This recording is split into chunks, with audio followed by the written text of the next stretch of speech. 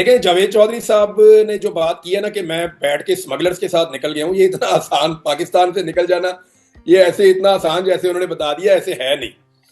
तो ये पता नहीं किस दौर की वो बात कर रहे हैं, जब लोग बैठते थे कश्तियों में और कश्तियों में बैठ के निकल जाते थे और वहां ओमान में चले जाते थे और ओमान वाले आगे से उनको हैप्पी बर्थडे टू यू कह के वीजा लगा देते थे या उनको आगे से जो है वो उनके पासपोर्ट पे स्टैम्प कर देते थे। पता नहीं किस दौर की बात कर रहे हैं। पाकिस्तान तो पूरी तरह से कंप्यूटराइज मुल्क है। तो ओमान जो है उसकी टेक्नोलॉजी तो पाकिस्तान से भी आगे है, दुबई की टेक्नोलॉजी भी बहुत जी। आगे है।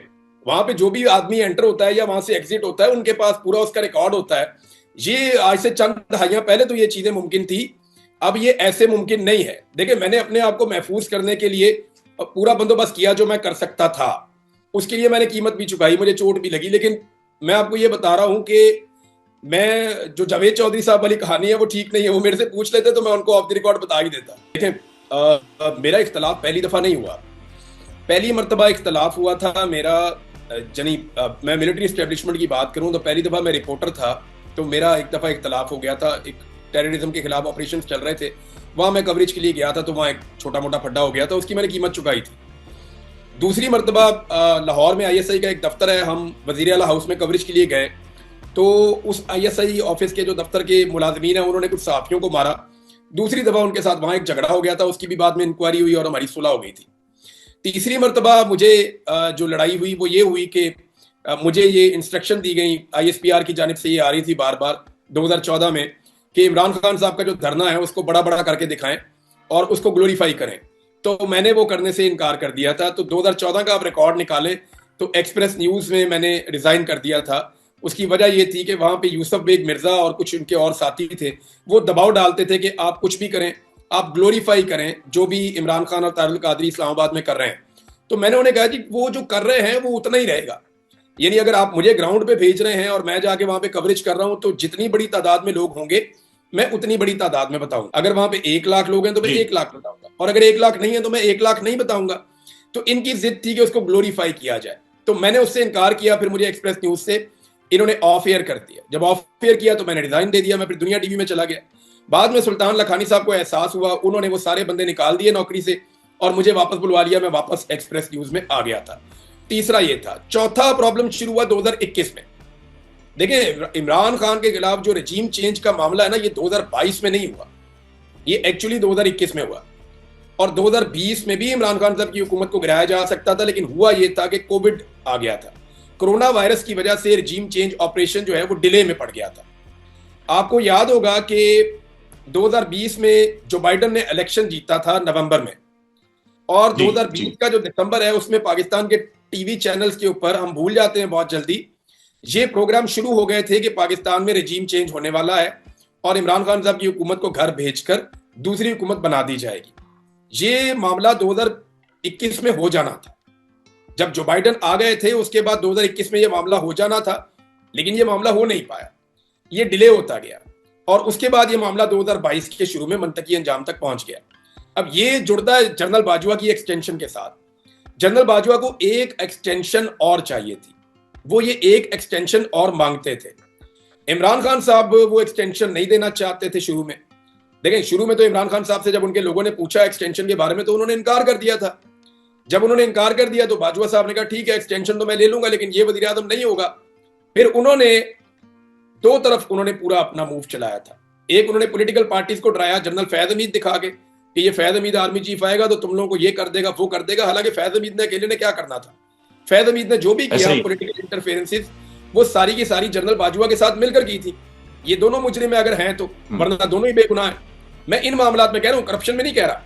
करप्शन के मामलात जनरल बाजवा के अलग हो सकते हैं, फैज हमीद के अलग हो सकते हैं, लेकिन जो पॉलिटिकल इंटरफेरेंस है वो डीजी आईएसआई और आर्मी चीफ ने दोनों ने मिलकर की है, वो किसी एक ने नहीं की। और जितना जनरल बाजवा को सियासत का शौक था, हमने उनसे मुलाकातें की, बहुत सारे सहाफी जो उन्हें मिले उन सबको पता है कि वो पॉलिटिक्स के ऊपर कितनी ज्यादा डिस्कशन करते थे और उनको सियासत का कितना ज्यादा शौक था, और आज भी उनको बहुत शौक है।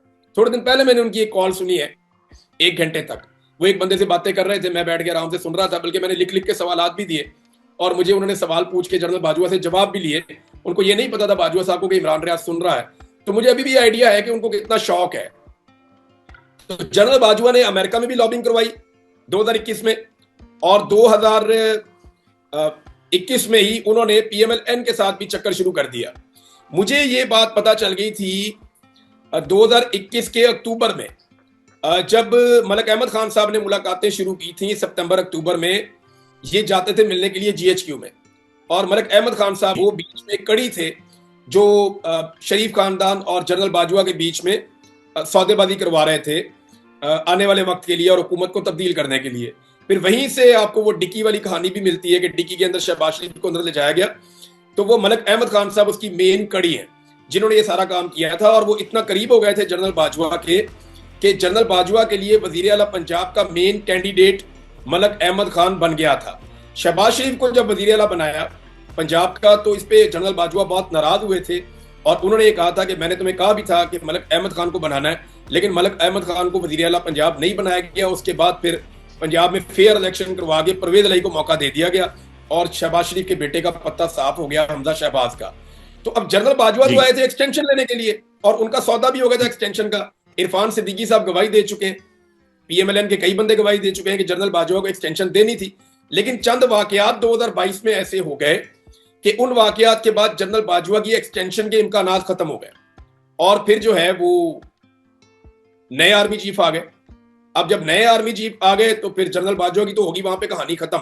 लेकिन आपको एक चीज और याद होगी कि इमरान खान साहब ने भी एक मौके पर कहा था कि जनरल बाजवा को 6 महीने की एक्सटेंशन दे दो। इमरान खान साहब ने इसलिए कहा था कि जनरल बाजवा ने पंजाब में फेयर इलेक्शन करवा के 17 जुलाई 2022 को फेयर इलेक्शन करवा के इमरान खान को यकीन दिलवाया था कि पूरे पाकिस्तान में मैं ऐसा इलेक्शन करवा दूंगा, आप मुझे एक्सटेंशन ये हुकूमत दे रही है उसके ऊपर आप रुकावट ना डालें। हुकूमत जनरल बाजवा को 1 साल एक्सटेंशन देना चाहती थी, इमरान खान 6 महीने की बात करते थे, जनरल बाजवा 2 साल की एक्सटेंशन मांगते थे। ये तीनों की अलग अलग कहानी थी, लेकिन हुआ ये कि अरशद शरीफ की शहादत और इमरान खान को गोलियां लगने के बाद फिर वो कहानी खत्म हो गई और फिर नए आर्मी चीफ आ गए। ठीक है, मैं अब आपकी एंगेजमेंट की मैं बात कर रहा हूं कि आपके साथ जो जबर हुआ, आपके साथ जो रियासती ज़्यादती मैं जब मैं जब एजेंसियों की कैद में था तो मैंने उनसे ये बात पूछी थी।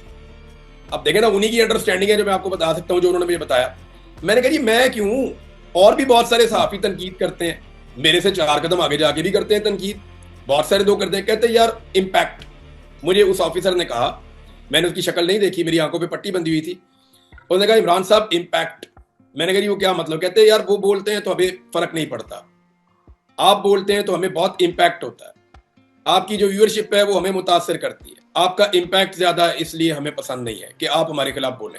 और मैंने कहा जी मैं आपके खिलाफ तो नहीं बोल रहा, मैं तो ठीक बात कर रहा हूँ, जो बात मुझे ठीक लगती है वो मैं कर देता हूँ, क्या डेमोक्रेसी के लिए बात नहीं हो सकती? तो जब मुझे छोड़ा तो मुझे ऑफिसर के अल्फाज याद है, उसने कहा था हमारा मुल्क है, हम खुद चला लेंगे, आप ज्यादा फिक्रमंद ना हो इसके बारे में। तो मैं उस वक्त मेरी हालत भी इतनी अच्छी नहीं थी, तो मैंने उससे हाथ मिलाकर उसे कहा गुड लक, ठीक है अब चला ले मुल्क। तो जो मुल्क चला है पिछले 2.5-3 साल में उसका आपको आइडिया है। और दूसरा मुझे लगता है कि जाती कोई रंजिश है या कोई गुस्सा है, मुझे जाती तौर पे ऐसा नहीं है, यानी किसी के साथ कोई जाती गुस्सा तो मेरा हो नहीं सकता, कोई जाती झगड़ा तो है नहीं। हाँ, पीएमएलएन से मुझे शिकवा है कि इन्होंने हमेशा ट्रक की बत्ती के पीछे लगा के इनकलाब का नारा लगा के अवाम के जज्बात बेच दिए और हमेशा इन्होंने बूट पॉलिश शुरू कर दी। मियाँ साहब के पास बेहतरीन मौका था कि वो इमरान खान को साथ मिला के, जब वो इमरान खान अपोजिशन में थे और मियाँ साहब ने पीडीएम की हुकूमत बना ली थी, इनके पास बेहतरीन मौका था, इमरान खान मान भी गए थे एक मौके पर, और मेरे सामने बैठकर ये बात हुई थी कि जनाब हम ऐसा कर देते हैं कि 3-4 चीजें तय कर लेते हैं आज। एक, हम फौज के किरदार को महदूद कर देते हैं हमेशा के लिए, और आर्मी चीफ की अपॉइंटमेंट का पूरा एक तरीकाकार बना लेते हैं सब मिलके। दूसरा, हम इलेक्शन का एक तरीकाकार बना लेते हैं सब मिलके ताकि आइंदा इलेक्शन के ऊपर उंगली ना उठाई जा सके। और तीसरा, मईशत के ऊपर यह तय कर लेते हैं कि कोई सियासत मईशत पे नहीं करेगा, एक रोड मैप बना देते हैं, आइंदा 20 साल तक उस ट्रैक पे हम चलेंगे। ये 3 चीजें इमरान खान साहब तय करने के लिए तैयार थे, और इमरान खान और नवाज शरीफ के बीच में इसमें कुछ जो है वो पैगाम रसानी भी हुई थी, लेकिन मियाँ साहब ने वो मौका भी जाया कर दिया और उन्होंने अपनी बेटी को और भाई को जो है वो जाली फार्म 47 के ऊपर वज़ीर आज़म। तो वहां तो मेरा इख्तलाफ हो सकता है, लेकिन ये इदारों को पता नहीं क्या प्रॉब्लम हो रहा है, मेरी समझ से बाहर है। यानी और भी लोग तनकीद कर रहे हैं बहुत सारे, और यानी मुझे हैरत होती है कि मुझे उठाया तो 5 महीने गायब कर दिया, 5 महीने मुझे गायब कर दिया। मैं किसी को 1 मिनट भी गायब होने की मैं या जबरी तौर पे लापता होने की मैं हमायत नहीं कर सकता, लेकिन बात यह है कि यहां पे करें ना किसी सहाफी को इस्लामाबाद से उठा के 1 महीना भी गायब करके दिखाएं, 2 घंटे गायब करके दिखाएं, नहीं। लेकिन मेरे लिए इन्होंने बहुत रिस्क लिया, मुझे इन्होंने 5 महीने तक, इन्होंने बीच में एक दो मौके ऐसे आए कि मुझे लगा कि मैं जिंदा नहीं रहूंगा और शायद मैं मर भी जाता। मैंने अपना सर फाड़ लिया एक दिन।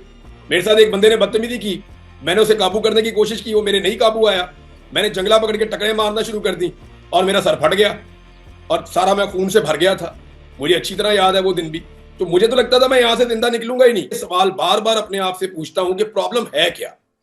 यानी मैं बार बार इन्हें कहता था जी आप ले आए वो खबर, एक खबर ले आए जिसपे मेरे ऊपर कोई फौजदारी मुकदमा बनता हो। आपने मेरे ऊपर 30 मुकदमे दिए, मैं 90% से ज्यादा मुकदमात में बाइज्जत बरी हो गया हूं। साबित ही नहीं कर सके आप आज तक। एक जुमला, एक खबर, एक कहानी ले आए जो आपको लगे यहां पे मैंने गलत कहा या मैंने कोई ऐसी चीज दी है जो गैर कानूनी या गैर आईनी है। आप मुझे प्रोसिक्यूट करें, मुझे अदालत में ले जाएं, मुझे आप सजा दिलवाएं। लेकिन वो कहते हैं जी नहीं वो मसला नहीं है, अगर वो होता तो फिर आप यहां ना होते। ये जो एस्टेब्लिशमेंट है ना, अब वो लोगों के नाम लेना मुनासिब नहीं है, वरना कल से मेरे ऊपर एक नया सिलसिला शुरू हो जाएगा। मैं मुसीबत खुद खरीदता भी तो हूं ना। जरूरी नहीं है कि सारी मुसीबतें मेरे ऊपर खुद ही आ रही हूं, बहुत सारियों को मैं खुद भी दावत दे देता हूं बाद औकात।